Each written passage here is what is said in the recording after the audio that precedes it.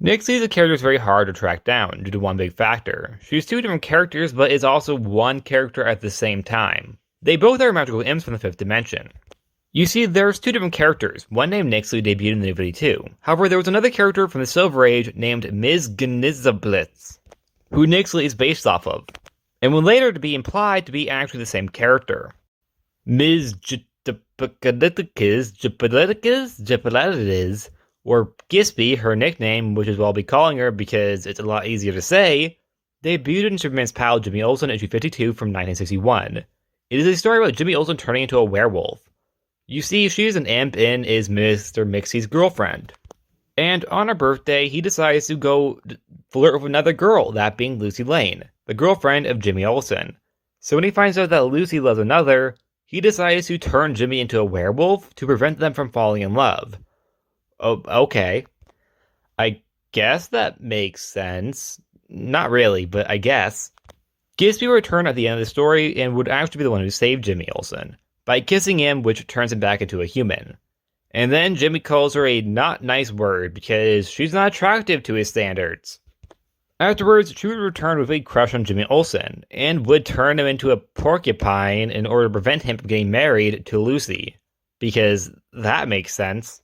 And she'd also become Lois Lane's fairy godmother. Throughout the Silver Age, the character was only used as a joke, and typically a sexist one. Afterwards, she would be gone for years in comics, and she wouldn't return until JLA issue 31 as a part of the Council of the 5th Dimension, implying that she's somehow a political figure now in the 5th Dimension. We're not sure how that happened because we're never told, but I'm guessing it has something to do with the fact that she most likely is more popular? Because it's been stated those who cross the 5th dimension or over into another dimension, that being the one where the superheroes exist, typically is more known. And since Gispie is one of those who have done that, I guess that could potentially be the reason why. I don't know. Afterwards, she returned in Final Countdown, where she was back with Nyxly, however, has now been redesigned to be more supermodel-y. I'm not entirely sure how that happened, but I'm pretty sure I know the reason why it happened. That is because of the DCAU. She was also in the DCAU, which we'll get into in a minute, but in the DCAU, she was presented in a more supermodel-y fashion. But then came Flashpoint, and that's when we're introduced to Nyxly, or Mrs. Nyxly. She is the landlady to Clark Kent in Action Comics, and she'll be revealed to be an imp who was also the wife of Nyxly. But he was now in a coma after a fight with Lord Vindictive. I can't pronounce that either. We were also told that she is the daughter of King Befurgs. Also can't pronounce that. She would help Superman against the evil imp, but she would be shot and killed by Nimrod the Hunter. That is an unfortunate name. But before she did die, we were told that her full name is Nyxlygsptlsnz, implying they very much are the same person. And seeing the fact that Gsptlsnz has never been seen since, I am inclined to believe so, that they were very much the same person. However, I suppose now it's too late because she is now dead. We have gone cameos from the character who was the supermodel-y version of Gsptlsnz, but it's unclear if that's intended to be like a flashback to Nyxly before she was more mature, or if it's implying that they are two different characters. But seeing the fact that they're technically listed as being the same person, I'm inclined to believe that they are most likely the same person, and it's just a possible flashback, or they got like a makeover then. I don't know. Although I suppose imps can technically change their form, so perhaps that is the reason why she looks different. Her personality is still a little off between her appearances, but it could just be down to the fact that she may be matured as a person. The DCAU, like I said, had their own Gispie in Superman the Animated Series, who would influence the character to be more supermodel-y.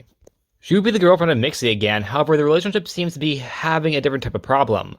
Gispie is presented as being a more laid-back person, especially in comparison to her over-the-top boyfriend. However, despite the fact that it's kind of based on the 60s trope of the whole relationship, the whole sexism of the whole, time isn't present, which in my opinion is an improvement. The character would make in live action in the final season of Supergirl. where this time around she's actually a villain, causing a rebellion in the 5th dimension against her father. But she was caught when she was sent into the Phantom Zone, where she would meet Kara, who she does trick into trusting her, only for Nyxly to actually escape the Phantom Zone by sneaking herself into Nia's dreams. And once she's out, she creates havoc in the world, looking for the totems that will give her unlimited power, and allying herself with Lex Luthor. But by the series finale, she'd be placed back in the Phantom Zone. This version of the character seems to be more based on Nyxly due to the fact that they call her Nyxly on the show. However, neither version of the character in the comics was ever a villain. And instead of Mr. Nyxly, it's Lex Luthor that she is not necessarily obeying, but more or less paired with. However, it is a nice change to have her be an equal to Lex Luthor rather than being a lesser to Lex Luthor, who is clearly a stand-in for Nyxly, as Nyxly on the show was actually redeemed and Nyxly actually killed him. She's, in my opinion, an okay villain. Not great, not bad. So, in conclusion, I think the character of Nyxly, or Gispie, isn't exactly a bad character, but is very complicated with the fact that she's constantly being reimagined. She's been a landlady, a politician, a laid-back supermodel, a supervillain, and she started off as a obsessed, thirsty girl pining over Jimmy Olsen. Yeah, I think my favorite version of the character is definitely her as a villain, with some tweaks, like lose the whole Lex Luthor relationship. That was a little weird in my opinion. But Superman doesn't really have many female villains. Yes, there's Livewire and there's Silver Banshee, but that's really it. So Nyxly could be a new version of the character that could be a Superman villain. If, they were to bring her back from the dead, because she's still dead. But that's just my opinion. And that's it. Like always, please like, subscribe, and I'll see you guys next time. Bye.